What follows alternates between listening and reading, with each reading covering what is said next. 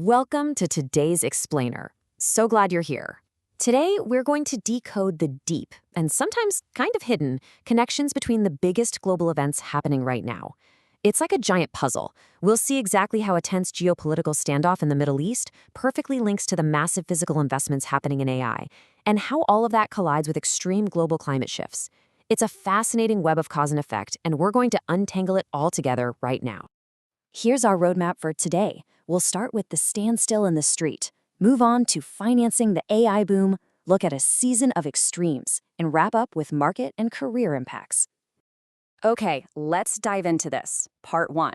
Standstill in the Strait. Just 6. That's it. That is the total number of vessels that passed through the critical Strait of Hormuz on Monday. I mean, to put that into perspective, on a normal pre-war day, we'd see anywhere from 130 to 140 ships navigating that waterway. Right now, those shipping lanes are virtually empty, and let me tell you, the global energy market is absolutely feeling the sudden, intense squeeze. So, what's causing this massive choke point? Well, it's a total standoff. On the US side, President Trump has laid out two paths: either allow Iran's economy to continue deteriorating or strike with overwhelming force, and he's also demanding compensation for people killed or wounded in earlier conflicts. On the flip side, Tehran is holding incredibly firm. They're demanding an end to American military operations, the release of frozen Iranian assets, and reduced violence in Lebanon and Gaza before they'll allow the strait to reopen. So we've got two sets of very firm, competing claims that have basically wiped out any earlier optimism for a quick agreement. And this deadlock, it translates into serious, real-world economic pain. Because of this standstill, as of July, we're staring down a massive 5.5 million barrel per day deficit in regional production. That single number represents a staggering 5% of all global petroleum consumption. Now, the Energy Information Administration projects we might see a gradual recovery in trade begin in September. But the catch is, the long-term damage is kind of already done. They estimate that roughly 600,000 barrels per day will stay offline all the way through 2027. So yeah, this isn't just a temporary shipping delay. It's a long-term structural shift in our global energy supply. Which brings us to part 2. Financing the AI boom. Let's pivot from global shipping and look at the massive acceleration happening in tech infrastructure. $500 billion. Let that sink in. That is the amount of capital currently being mobilized for computing infrastructure alone. NVIDIA is actually teaming up with major financial institutions, specifically Apollo Global and Blackstone, to channel this massive mountain of cash toward data centers, power systems, and physical accelerators. The pivot we're seeing in the AI space from pure software development to massive physical infrastructure is absolutely historic. If you want to see exactly why all that money is needed, just look at Meta. In 2026, they expect to deploy about 7 gigawatts of computing infrastructure. But fast forward just 1 year to 2027, they plan to double that capacity to approximately 14 gigawatts, doubling power consumption in a single year for just one company. I mean, that shows an absolute explosion of energy demand that our current global grids have rarely, if ever, seen before. And here's the wild part. This high-tech AI boom isn't just about software engineers writing code anymore. It's shifting heavily toward blue-collar labor and physical construction. To build out these massive, energy-hungry data centers, we desperately need an unprecedented surge in electricians, utility planners, specialized cooling experts, and network engineers. The futuristic, super advanced world of artificial intelligence actually relies entirely on very traditional physical labor to even get off the ground. But building out 14 gigawatts of AI power requires navigating a physical environment that's getting a lot tougher. That leads us to part 3, a season of extremes. 76.9 degrees Fahrenheit. That was the average temperature across the contiguous United States in July 2026, making it literally the hottest month recorded in 132 years of observations. Think about that for a second. We are trying to build and cool these massive heat-generating data centers during the absolute hottest periods in modern history. Talk about a clash. And the extremes aren't just about the heat either.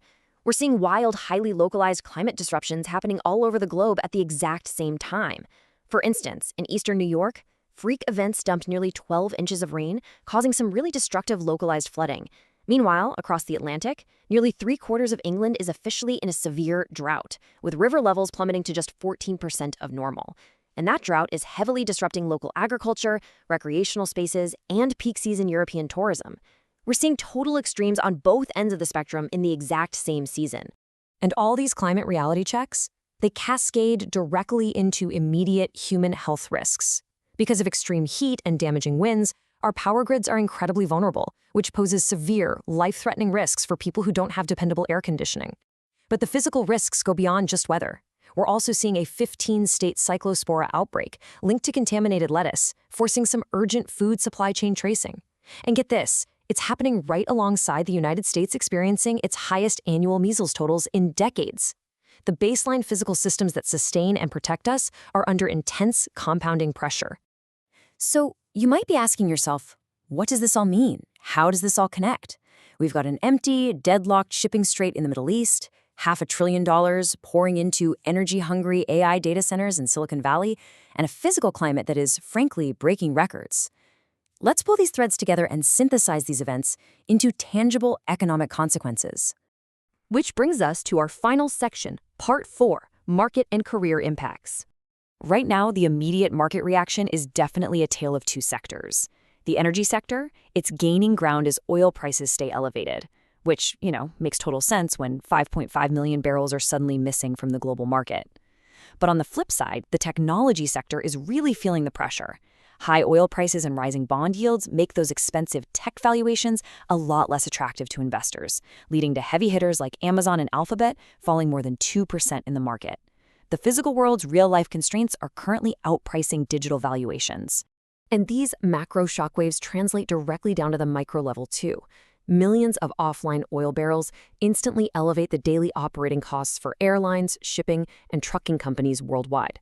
Domestically, the White House actually had to issue a 90-day Jones Act waiver to allow foreign-flagged vessels to help distribute fuel, though, of course, that adds incredible layers of logistical and legal compliance work. Over in the tech world, this massive infrastructure build-out is creating high AI debt dependence as companies borrow heavily just to build data centers. And right down at the consumer level, retailers are scrambling to adapt their product info so AI assistants like ChatGPT and Gemini can read it. Every single layer of the economy is reacting to these interconnected events. Which brings us to our final and maybe most powerful takeaway for today's explainer. The ultimate career advantage today is truly understanding the direct, undeniable connections between capital, computing, energy, and physical operations. You just can no longer look at technology in a vacuum. You can't look at energy without looking at geopolitics and the climate. They are completely, undeniably intertwined. So how will these massive ripple effects shape your specific industry, your daily work, and your portfolio in the coming year? I really want you to keep that question in mind. Thank you so much for joining me. Keep learning, and as always, stay curious.